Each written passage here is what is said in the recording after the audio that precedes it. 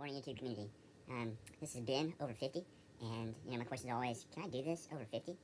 Well, today I got about 4.5 hours sleep, so that's a little bit more than I've been getting for the past 2 weeks, and that's okay. Apparently my body needed it, and that's an okay adjustment. Again, it's about 2 a.m. and I feel great, so I am going to practice the Wim Hof Method of breathing. Going to spend just a little bit of time doing a few morning rituals. One of them is I just got these blue light blocking glasses. It was somewhat a recommendation from Sim Land and how he starts his mornings. And apparently if you wear these before you go to bed, it helps you to get proper rest by blocking out the blue lights we take in from our devices, our iPads, our computers or laptops, our phones and TVs or whatever. It just helps us get better rest. I don't really know all the science behind it. I haven't studied that. We can do that if you'd like sometime. So some of the new morning rituals that I have are working through the Wim Hof breathing method, because I am trying to overcome Raynaud's, which is the lack of circulation, I guess, to the hands, to the extremities, to the feet. I've had that for a few years now, and it really doesn't bother me most of the time. I mean, I've become very cold adapted through most of my body, but sometimes my hands, my feet, they get cold, and my understanding is that by submersing them in ice, I can overcome that to some extent.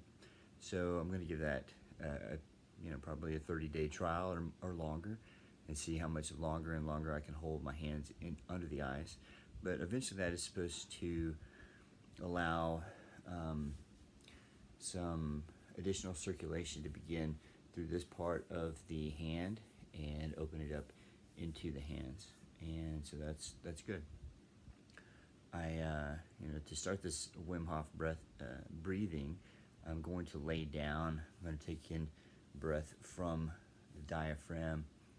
I'm going to take in about 30 short breaths, deep breaths, but quick.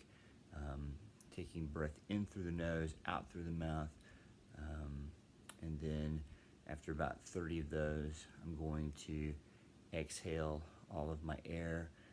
Give it a moment. Try, not to breathe for as long as possible, which for me is probably 20 to 30 seconds. And then I'm going to suck in a big, deep breath. Actually, before I exhale, I'm going to take one last deep breath, but not a deep and hold, but push it all out, hold for 20 to 30 seconds. And, basically until it's uncomfortable and my body just says, hey, breathe it back in. And as I breathe it back in, that's going to take in additional oxygen, really oxygenate that blood. And overall, it is supposed to be very beneficial for overcoming. It's supposed to teach us how for our body to be stronger with less oxygen, but then it oxygenates our blood very well. And so again, it's another science I haven't completely understood, can't completely articulate, but everything you see me do is going to be because I'm willing to experiment on myself, whether I completely understand it or not, to see what kind of results I get. And so far over the years, it's treated me well.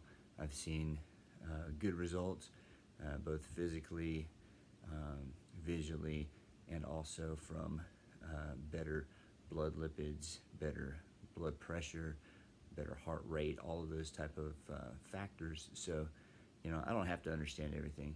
When I want to turn on the light, I don't have to understand which wire's doing what, through what box, through how much power, everything. I just need to know that if I turn the light switch up, it comes on, right? And of course, the modern version, that's external lights. It's no longer just flipping the light on. Anyhow, going to work through my breathing. Then I'm going to submerge my hands in some ice. I have some other morning exercises that I'm going to do. such as good posture for, and I'll practice the good posture up against a wall so that I can work through the mewing, which we've discussed on a previous video. And I will try to articulate those things even more in upcoming videos. Thanks. Have a great day. Alright, so this is how I'm going to practice the breathing. I'm going to take it in from the diaphragm and release. So it's something like this.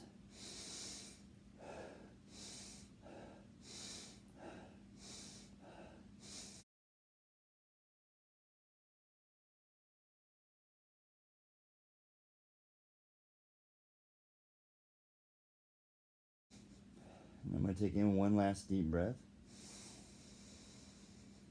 and release and hold.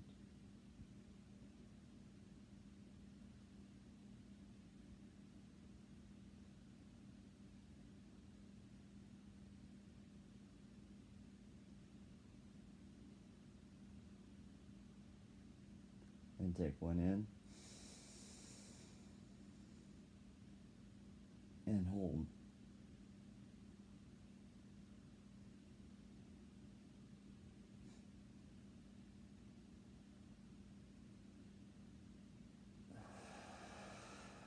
The last is going to be about 20 to 30 seconds. And so I'll repeat that a few times. You don't need to watch. And then I'll practice with the ice. Okay, so I've prepared this bucket with ice. And I'm going to take a little time to put some water in here.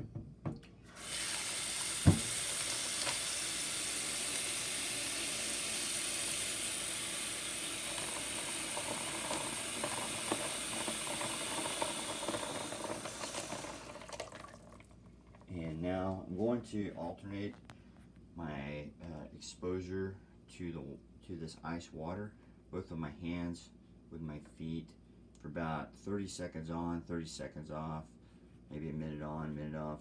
It kind of depends on how it feels. It's not something I need to rush into, but over the weeks, just continuously increase my exposure to. So here goes. This is my right hand. Feels very good, very nice. So I highly recommend this to everybody. Just kidding. If you don't have Raynaud's syndrome, you probably don't need to spend a lot of time doing this. What you can do is look into the Wim Hof Method. You know, totally don't want to step on his feed or marketing or classes or anything of that nature. The only things I'm practicing on here are things I've seen completely from YouTube, but the Iceman seems to have overcome the Iceman's Wim Hof, and he seems to have overcome control of his central nervous system, teaches how to do that to others. Looks like he's got thousands of people that have gone to class with him, but I just highly recommend you look into what he does, who he is, what he's all about, and see the amazing feats that he's done. So as I do this, I can feel that it's getting very cold. Not really keeping up right now with how much time under the water I have, but I'll just I'm going to turn off the video because it is hard to switch hands, all that kind of stuff. So thank you. Here's my hand. Okay, so I've spent some cycles on my hands, and I'm also going to do my feet. So they probably need same kind of thing, about 30 seconds on, 30 seconds off. So I'm just going to dip my right foot in first, and there it is. And it's nice and cool. Probably could use a little bit more water in there, a little bit more ice.